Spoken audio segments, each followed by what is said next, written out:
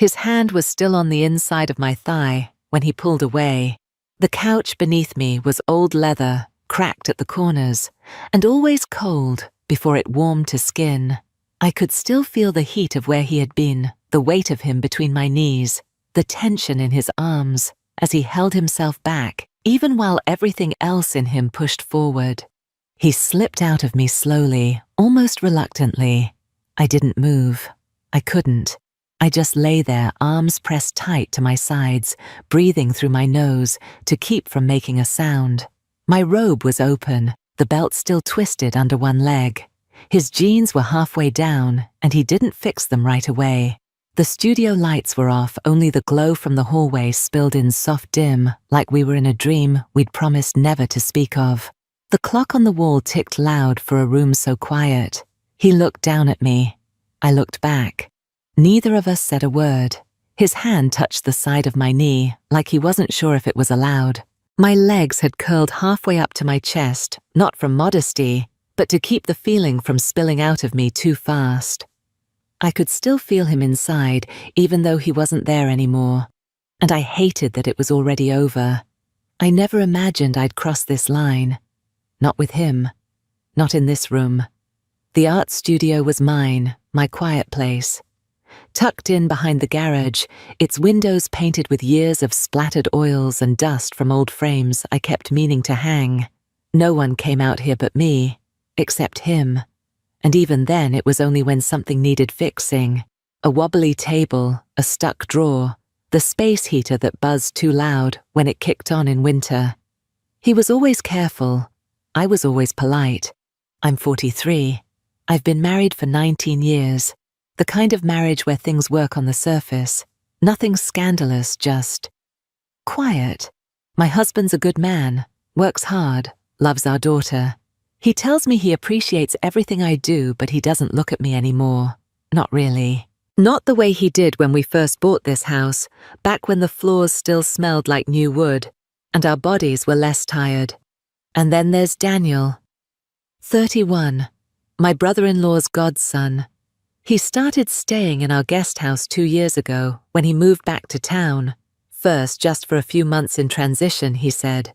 But the months turned to seasons, and no one ever asked him to leave.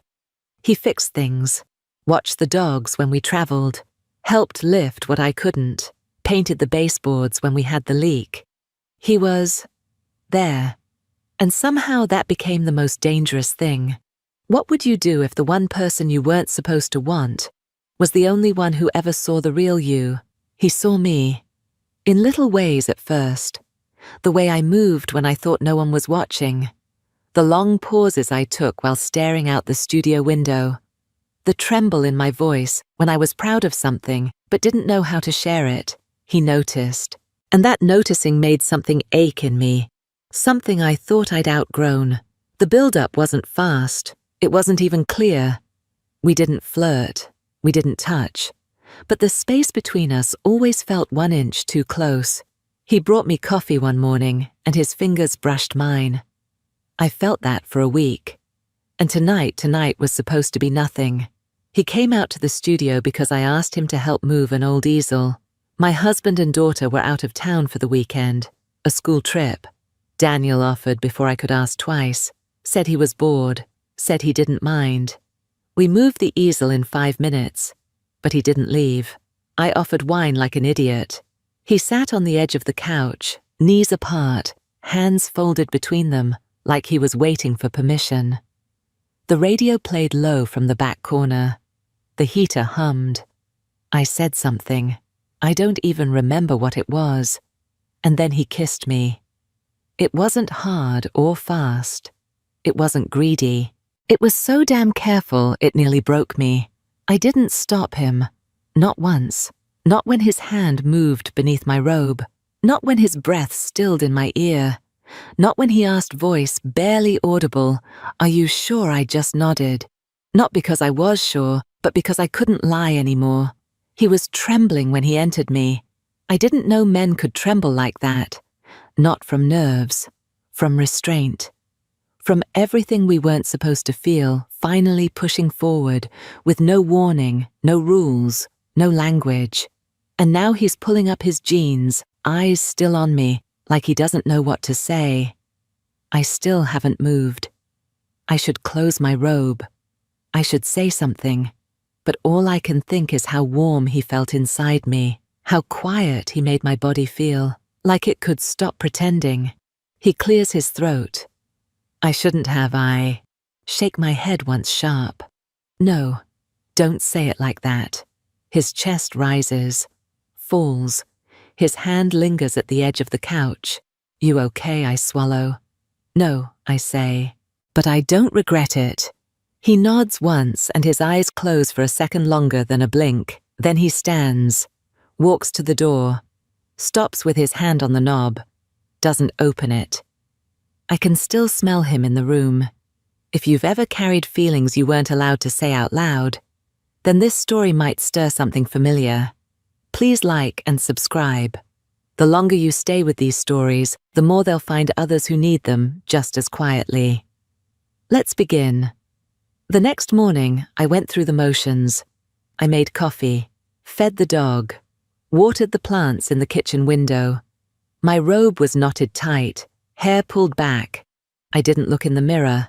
I didn't need to. I could feel what was different. There was a pressure behind my ribs, like something had unlatched.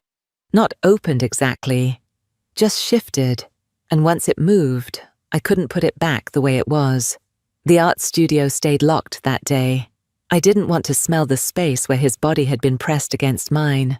Didn't want to see the cushion I hadn't fixed, the wine glass we never cleaned, the canvas I was supposed to work on.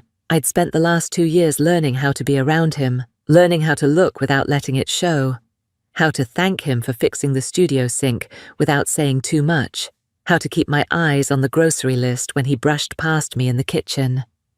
All of that discipline was gone now, and yet I still had to live like nothing happened.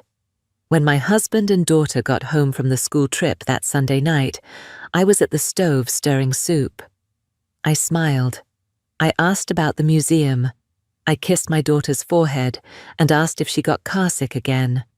My husband wrapped his arms around my waist, like he always did, casual, safe, familiar. I didn't flinch. I didn't lean in either. Later that night, lying beside him, I stared at the ceiling fan and tried not to replay how Daniel's hand had moved between my knees, how quiet he had been when he realized I wasn't going to stop him, how he kissed me afterwards slow, like he didn't want to let the moment slip too fast. That kiss had undone me more than anything else. Daniel had always been around. It was easy to forget how long. He wasn't family. Not really, but close enough that he came to holidays, watched the house when we were away. My husband liked him. They talked sports, home repairs, used tools like they were speaking another language. But I noticed things my husband didn't, like how Daniel never rushed when he was helping me in the garden. He stayed quiet, let me talk if I wanted or not. He wasn't trying to prove anything, just present. That made it dangerous. Not because of what he said, but because of what he didn't say. There was room in his silence, space to be seen. I'm not sure exactly when it started, the ache. Maybe the summer he started running shirtless around the block, and I caught myself watching from behind the blinds. Maybe the time he helped me move old canvases and lingered a little too long on one where I'd painted a woman's hands, reaching up toward nothing. I like this one, he'd said, fingers brushing the edge of the frame. When I asked why, he just said, feels honest.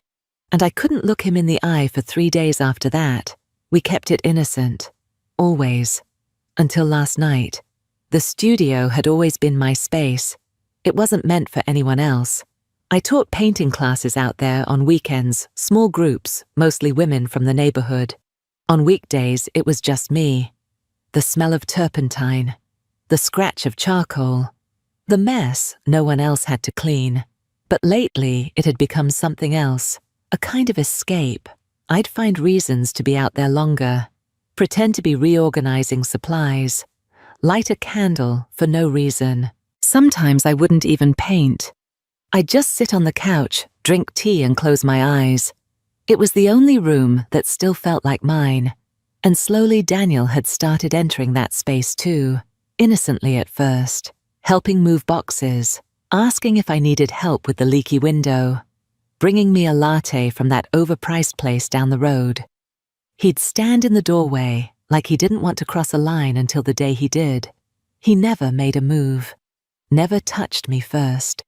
But his presence changed the air, the way his eyes held mine a second too long, the way he'd watch my hands when I worked like he wanted to memorize what they could do. It made me feel younger, not girlish, just remembered. My husband hadn't looked at me like that in years. I don't say that with bitterness. I chose this life. I chose him. We built a home, a family, a routine. But somewhere in the choosing, I forgot how to feel wanted. Not needed. Not useful. Wanted. Daniel never said it out loud, but his eyes did. That winter, I remember I was painting a still life for a client. Late evening cold the heater in the studio, knocking in the wall like it was alive. I was focused on mixing blues when Daniel brought me soup from the main house.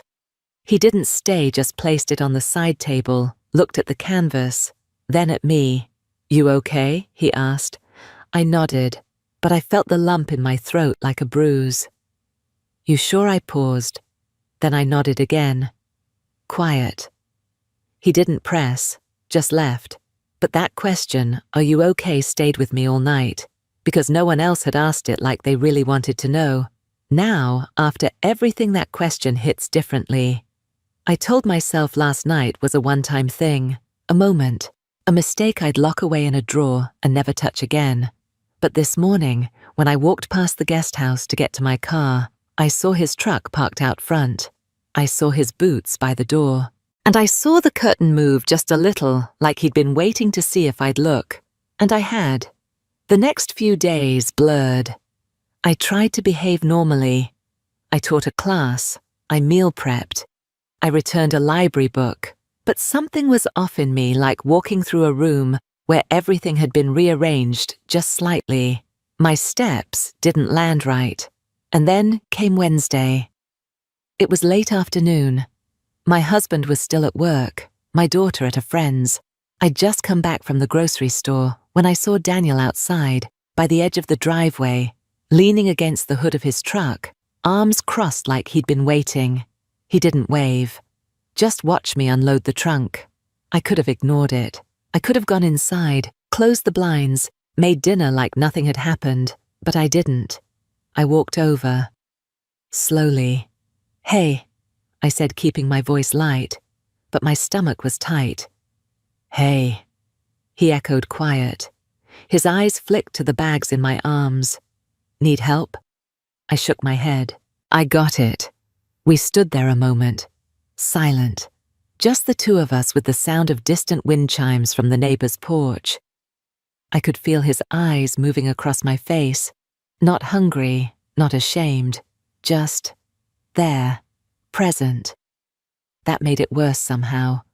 He wasn't pretending. He wasn't avoiding it. He was still in it. "I didn't want to just disappear," he said finally. "I didn't expect you to," I said. My throat felt dry. He nodded. I wasn't sure. We stood another beat longer.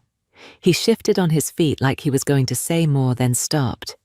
His gaze dropped to my hand, still gripping a grocery bag. "I should let you get those in," he said. I nodded. "Yeah." He didn't move. Neither did I. That was the moment. It didn't seem like much. Just a pause, standing on the gravel between our houses. But something opened there. The air between us wasn't neutral anymore. It hummed. His shoulder brushed mine as he stepped past me, and I felt it in my spine. Later that night, while folding laundry in the den, I caught a glimpse of him through the window. He was in the backyard, near the fence line, throwing a ball for the dog. His sleeves were rolled up. His skin caught the last of the gold light. I stopped folding.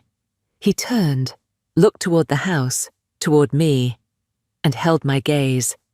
I backed away from the window. These things kept happening. Quiet moments, close brushes, the way he lingered too long in the hallway after handing off a package, the way our eyes met when he stepped into the kitchen to refill his thermos, and I was already there cutting strawberries. "Sorry," he said once when our hands bumped over the coffee pot. "It's okay."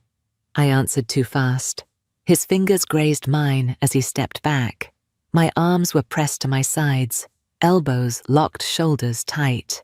It was how I held myself around him now, like if I gave my body any freedom, it would say too much. And then came the evening in the studio. It had rained all afternoon, and I'd stayed out there longer than usual, listening to the tapping on the windows. I'd lit a small candle on the paint-splattered table.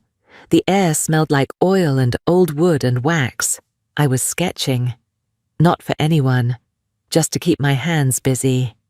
And then the door creaked. I didn't need to look up to know who it was. His footsteps were different, slower, like he wasn't sure he should be here. "I knocked," he said softly. "I know," I replied. He stood in the doorway. I didn't turn around. My pencil hovered above the page, drawing nothing. "I thought maybe we could talk," he said. I finally looked at him. He hadn't stepped inside yet, just stood there damp from the rain sleeves pushed back a little windblown. He looked younger than usual, or maybe just more exposed. I gestured to the couch. He hesitated, then walked in slowly, like he was trying not to wake something. He sat where he had before. I stayed in my chair. The silence was thick. "I haven't slept much," he said. "Me neither. I keep thinking maybe I imagined it." "You didn't." He looked at me then, and his voice dropped. "Did you want it?" The question wasn't crude. It wasn't bold. It was scared. I swallowed. "I didn't know I did, not until it was happening." He nodded slowly. "But now you do." I didn't answer. He leaned forward, elbows on knees. "You keep looking at me like you wish I'd vanish, but also like you wish I'd come closer." I said nothing, but my eyes didn't leave his. "I don't want to screw up your life," he said. "I just can't stop thinking about how quiet you got afterward. Not scared, just like you didn't want to move in case it all disappeared." "I didn't want it to disappear," I said. My voice cracked at the edges. That admission sat between us like heat. He looked around the studio. "This room feels different now." "Because it is." He stood, took 2 steps. He was just beside me now, not touching, but close enough that I could feel the warmth of him. My arms were still locked to my sides. That was the only thing holding me together. "I don't know what happens next," I said quietly. "Me neither," he replied. I stood up slowly. Our bodies brushed. "I should go inside," I murmured. He nodded, but neither of us moved. I stepped back, just enough to pass by him, but he turned slightly, and our arms touched skin to skin bare. That simple contact was enough to pull something loose again. I didn't sleep that night either. It happened again 3 nights later, not because we planned it, not because we meant to let it, but because we were both too careful for too long, and something in us cracked. My husband had taken our daughter to visit his mother across the state, last minute. One of those obligatory weekend things he didn't want to go to alone. "You sure you'll be okay here by yourself?" he asked. I kissed his cheek. "I'll get some painting done." He smiled. Good. He didn't know I hadn't touched a canvas in weeks. That Saturday, the rain returned soft, steady, and constant. The kind of rain that makes the house too quiet. I didn't want to be inside, so I lit candles in the studio and curled on the old couch, trying to read. I couldn't focus. Around 9, I heard footsteps outside the studio window. Not hurried, just familiar. Then the knock. I opened the door without asking who it was. Daniel stood there, damp from the walk, hoodie pulled halfway over his head. His eyes found mine and stayed there. He didn't ask if he could come in. He just waited. I stepped aside. The door clicked shut behind him. "You said you'd be painting," he murmured, looking around. I couldn't focus. He nodded, then let out a slow breath. Me neither. We stood in the middle of the room, a soft glow from the side lamp, a low hum from the heater, the rain tapping against the roof. I didn't know how to start. Maybe I didn't need to. I tried to stay away, he said. I figured if I gave it time, maybe it'd just go back to how it was. It won't, I said. He looked down, then back at me. His voice cracked when he spoke next. Are you scared? I nodded. But not of you. He took one step forward. We were inches apart now, close enough that I could see the stubble on his jaw, the reins still clinging to the edges of his hair. Then what are you scared of? I swallowed. How much I want something I'm not supposed to want. He didn't touch me, not yet. He let the silence fill the space between us. Then don't say anything, he whispered. Just feel it. I didn't move at first. I wasn't frozen. I was listening to the sound of my breath, the thrum in my chest, the way my fingers itched to touch the hem of his sweatshirt. And then slowly, I reached out and did. My hand touched his side, right at his ribs, warm through the fabric. He leaned into it just enough for me to feel his weight shift. My other hand came up hesitant and landed at the base of his neck. His skin was warm and a little damp. He bent forward, forehead to mine. No kiss, just breath. He waited until I tilted my head just slightly, and then his lips met mine. Gentle, careful. He still tasted like rain, and something sweet tea maybe, or nerves. When our mouths parted, his hands slid under the hem of my shirt. Not fast, not greedy. He paused, waiting to see if I'd stop him. I didn't.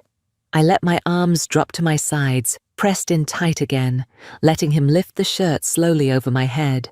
The air in the studio was warm, but my skin shivered when he touched my waist.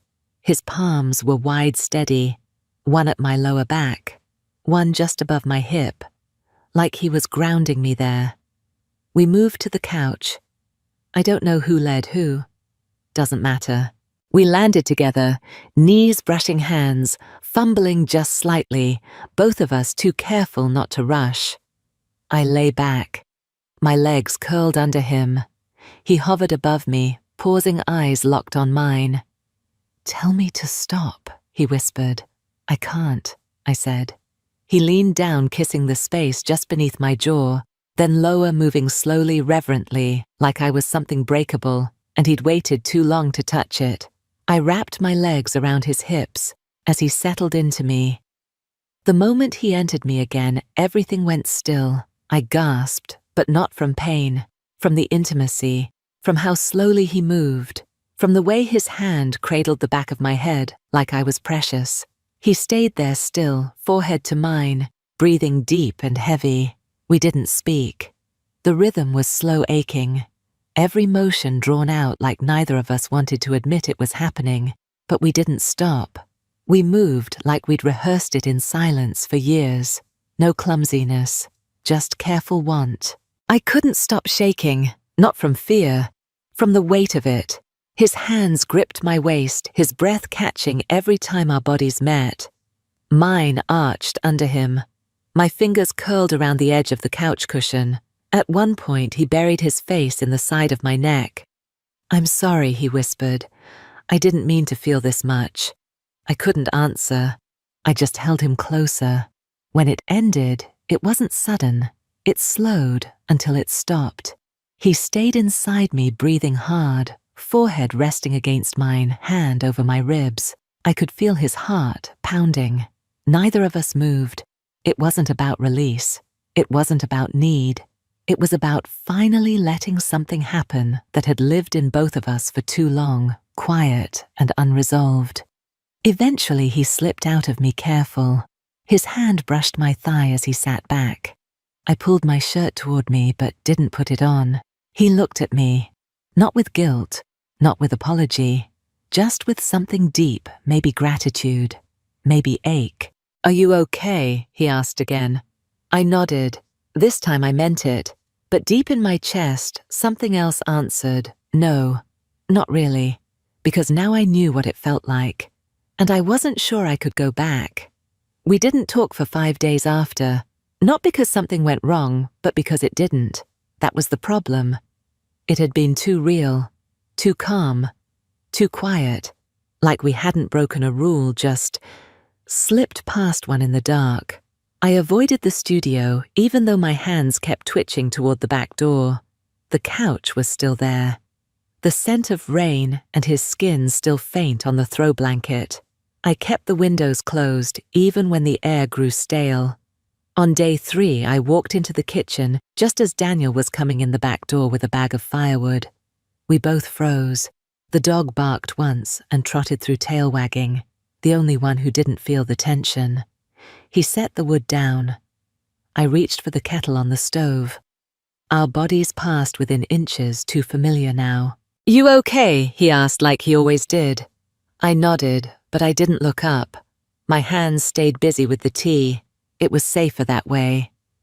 "You don't have to ignore me." I turned then, finally. "I'm not." He didn't call me out on the lie. He just gave a faint, broken smile and left through the side door without another word. That night I stood in the hallway while my husband watched TV in the den. I could hear the laugh track, smell the buttered popcorn. The door to our daughter's room was closed, pink nightlight glowing under the crack.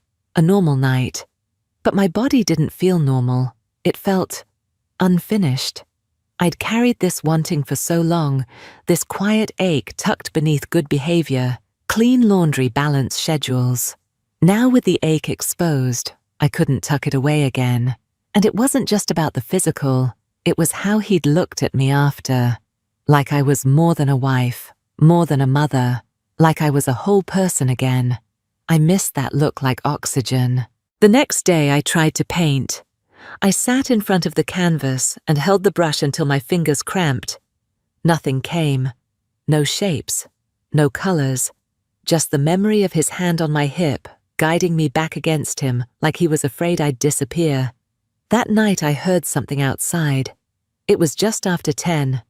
I'd locked up, lights off, my husband asleep upstairs, but I heard it a soft knock. Once, twice. I slipped through the kitchen barefoot robe, tied loose. I didn't have to ask who it was. Daniel stood just beyond the back door, hoodie-up eyes shadowed in the porch light. "I shouldn't be here," he whispered. "You already are." He hesitated. "I needed to see you." I opened the door slowly. He didn't step in, just stood there, hands in his pockets. I told myself it was just a one-time thing he said. But it wasn't. I swallowed hard. He looked down. "You've got your life, your family." "I don't want to wreck anything." "You didn't," I said. He looked up, his eyes searching. "Then why do I feel like I did? Because we'd both been too careful for too long.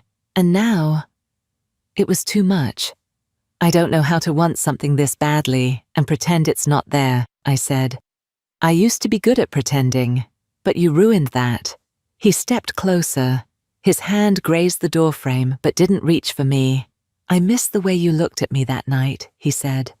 "Like you finally let yourself be seen." I felt the tears sting then, sudden and sharp. "Don't say that." "Why?" "Because it makes it harder to go back to not being seen." A long silence followed. Then quietly he asked, "Do you want me to stop coming around?" I should have said yes. I should have closed the door, locked it, turned out the porch light, and gone back upstairs to the man who trusts me. Instead, I said nothing. And Daniel understood. He stepped back, nodded once, respectful, restrained, and walked into the night. I didn't close the door until he was out of sight. The next morning, I saw him across the backyard, adjusting something on the fence. Our eyes met. No wave, just knowing. He wasn't avoiding me, and I wasn't hiding either. That afternoon, while folding towels in the hallway, I caught a glimpse of him through the front window. He was talking to my husband near the truck, smiling, laughing even, like everything was normal. I stood behind the curtain and watched them, my hand clutching the edge of a bath towel, heart pounding like I was caught in something criminal. They shook hands. My husband walked inside. Daniel lingered for a second, looked toward the house, toward me. I moved from the window before he could see. But I knew he felt it. There was no pretending anymore.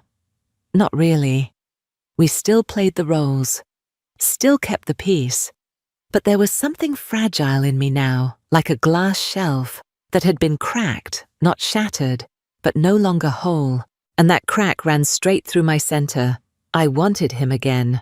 Not out of rebellion, not even for escape. I just wanted him because with him, I didn't have to be quiet inside myself. I didn't have to pretend I wasn't lonely. I didn't have to hide the parts of me that wanted touch, or warmth, or just someone who noticed when I didn't finish my sentences because I didn't know how to name the ache in my chest, and I didn't know what to do with that want, except hold it, let it burn, wait. It wasn't a dramatic discovery. No confrontation, no slammed doors or raised voices. The shift came quietly, like everything else in this story. Something small but irreversible. It started with my daughter. She came into the kitchen one evening barefoot and thoughtful, holding her phone like she'd just read something she didn't understand. I was cutting vegetables. My husband was upstairs. The television murmured faintly in the den. "Mum," she said, voice light but curious, "has Daniel ever said anything weird to you?" I froze mid-slice. Weird how I don't know. Not bad or anything, just... She scrunched her nose. Different.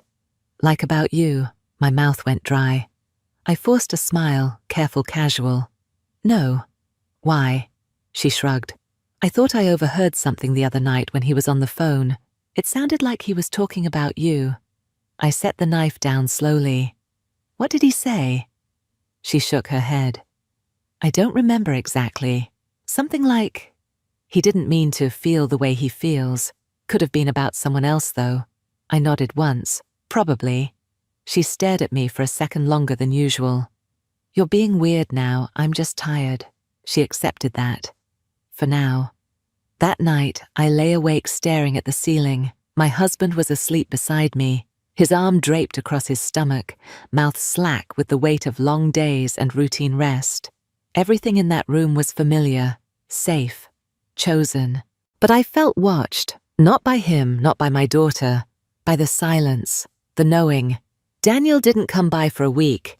No texts, no knocks, just distance. I didn't reach out either. Not because I didn't want to, but because the thread between us had thinned to something brittle. I was scared that even touching it would break everything.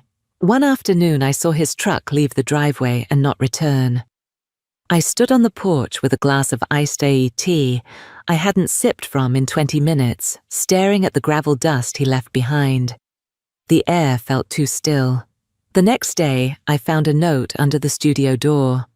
Folded once. Handwritten. I didn't expect to feel this much, and I never wanted to make things heavier for you. But I think maybe me being near you now just keeps the wound open. I don't know how to shut it without leaving it alone for a while. I don't want to be selfish. I don't want you to carry more than you already are. So I'm giving it space. If it was real, it'll still be real later. Take care of you. I'll miss you even if I shouldn't. D. I stood in the doorway with that note in my hand for what felt like hours. I wanted to cry, but I didn't. I wanted to scream, but I didn't. I just sat down on the edge of the studio couch where it had started and felt everything fold in on itself. That night at dinner, my husband asked if I'd seen Daniel. Not in a few days, I said. He nodded. He said he might be heading out of town for a bit. Oh yeah, visiting his sister. Said something about needing space. My heart lurched. That sounds like him. My husband chewed in silence for a moment, then set his fork down. You two were getting pretty close, he said, not accusing. Just stating. I met his eyes. He's been around a lot. Yeah, he said. I noticed. The silence between us thickened. I didn't blink. Neither did he. I didn't say anything because I trust you, he added. And because sometimes people lean on each other when things feel stuck, my hands stayed folded in my lap. "Are you trying to ask me something?" I said softly. He looked at me for a long time, then shook his head. "No, I think if I had to ask, it'd already be too late." I couldn't swallow past the tightness in my throat. The rest of the dinner was quiet. Afterward, I washed the dishes with my back to him. He didn't offer to help, just stood near the entryway for a few seconds, then turned and walked away. That was the last time we mentioned Daniel. The next week, I returned to the studio. I opened the windows, let the air in, lit a candle, and stood in the doorway, taking in the faint echo of what had happened here. Nothing had changed in the room, but I had. Completely. I sat on the couch, the same place where he'd held me, moved inside me like he was afraid I'd disappear if he let go. I traced my fingers along the edge of the cushion. My arms pressed to my sides again, not in shame, but as if I were bracing for the weight of what I remembered. A painting sat on the easel unfinished. I hadn't touched it in weeks. It was the one I'd started before everything happened.